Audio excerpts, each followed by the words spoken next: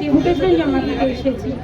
প্রশাসনিক সাহেবরা আমাদের বলেছেন 4 থেকে 5 জন আমরা বিডিও অফিসের মধ্যে যেতে পারবো, 5 জন, এবং বিডিও সাহেবের সঙ্গে কথা বলতে পারবো।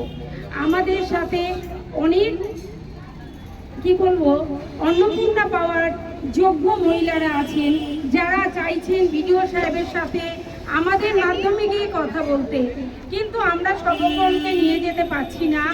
আমাদের মধ্যে উপস্থিত আছেন জেলা নেত্রী 2 জন, একজন মিনতি বিশ্বাস আর একজন আছে রুবিলা আহমেদ, আর সারা ভারত গণতান্ত্রিক মহিলা সমিতি স্বরূপনগর 1 নম্বর আঞ্চলিক কমিটির সম্পাদিকা ডলি নন্দী, আর স্বরূপনগর 2 নম্বর আঞ্চলিক কমিটির সম্পাদিকা আছেন হাসি মণ্ডল, ও আমাদের সঙ্গে 1 নম্বর আঞ্চলিক কমিটির সহ সভানেত্রী আছেন অর্পিতা রায়।